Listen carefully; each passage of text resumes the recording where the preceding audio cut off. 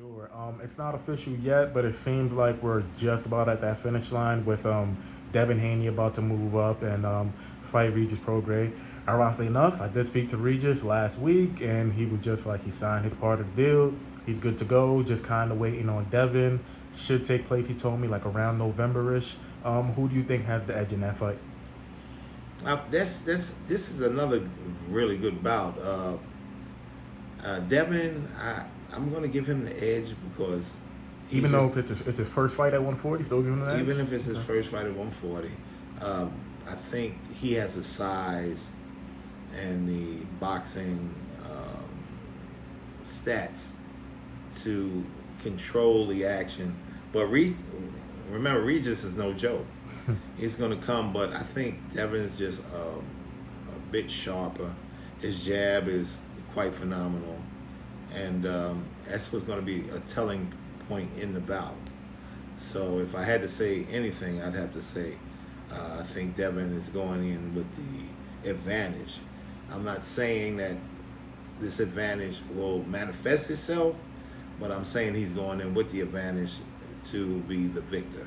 Gotcha. My last topic, not sure if you saw it because it went around probably a little bit after the main event, but did you get a chance to check out Oscar Valdez versus Navarrete? No, I didn't see it, but I heard about it. I got calls, and Navarrete did what he had to do. I mean, he's young. He's a bad boy. That's all I can tell you. And Oscar, I like Oscar. He's one of my enjoyable athletes to watch when he's plying his trade. It was just too much. Navarrete recently just said that, he'd be willing to fight Shakur Stevenson, even though he is a belt holder at 130. Shakur's up at 135.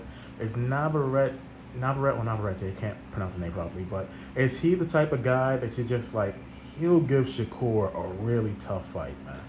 I think he would make it interesting, but now you're triggering all my babies. There's no way I can see him beating Shakur Stevenson. No way, no how. It's just not going to happen. Would it be competitive, though? I think it would be competitive because Navarrete is going to come to fight, but I don't think he has the tools to beat Shakur Stevenson. Who do you think is the guy that has the tools to beat him? Not saying that you're saying that they'll beat Shakur, but the guy that you think at least has the tools to do it. Well, of course, the top guys like Devin, these kids boxed against each other. Gervonta, they box together, they know each other. I mean, these are guys that are equally matched.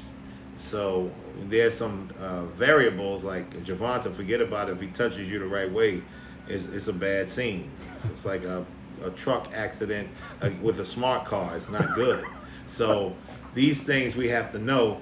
But it'd be very interesting to see them once again competing against each other because it would be high stakes boxing at work, and that's what we need to keep this sport going.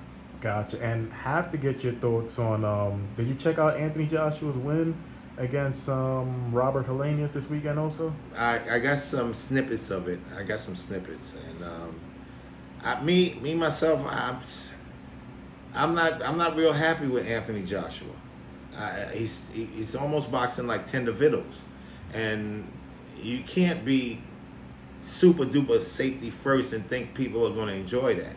It's not. I mean, it took him 7 rounds to get Helenius out of there, and I just thought he was like really boxing safety first, and almost like he's afraid to engage, which is not going to fare well for him when he gets in the ring with Wilder.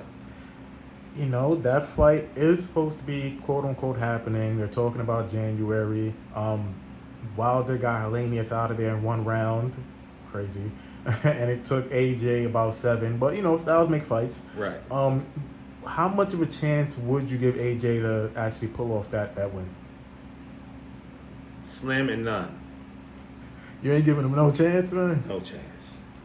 Even if he looks like the AJ of old, the AJ that fought Klitschko, you don't think so? I don't even think that AJ exists anymore. Mm-hmm. So what, in your view, because you said he is safety first. Ironically enough, Eddie Hearn said the kind of the same thing, where he was just like, "This is the AJ we're gonna get now. He's not gonna really take a lot of risk." If you were talking to AJ, what would you kind of tell him? This is what you kind of have to do to get away from that right hand and actually beat Deontay. Well, first thing first, he's really going to have to attempt to make things happen. If not, Wilder's going to just run right over him. I mean, it's been a moment since Wilder boxed also, but I'm a big fan of Deontay's and that fire that he has, even though he's still behind the 8 ball when it comes to technique, that fire that he possesses is very important. And then the equalizer. Hey, listen, Denzel's equalizer 3 coming out. That's going to be equalizer 4. Is there anything you could kind of do with a guy like AJ? I know you could talk to him, teach him things, but you're one of the best trainers in the world. Is there anything you could kind of do to make him not so apprehensive in the ring and make him, kind of go balls to the wall? Well, basically, you have to continue to build his confidence, talk to him, get him to bring it up to that level. And it's almost like a psychological game, getting him to focus on the things that he can do well. He's big, he's strong, he can punch. Utilize those weapons. Don't be afraid to fight. Don't be afraid to fight. And final prediction for that fight when it happens, how did it play out to you? Deontay Wilder, eventually, at some point, by brutal knockout. You think it'll be early? Malik Scott, his trainer, is just like, that fight doesn't go more than 4 rounds. Do you think the same thing, or it'll be longer than that? I'm on the fence about the time of the rounds, but I'm thinking it's going to be early. Wow. Okay. Thank you, man. Appreciate you. Anytime.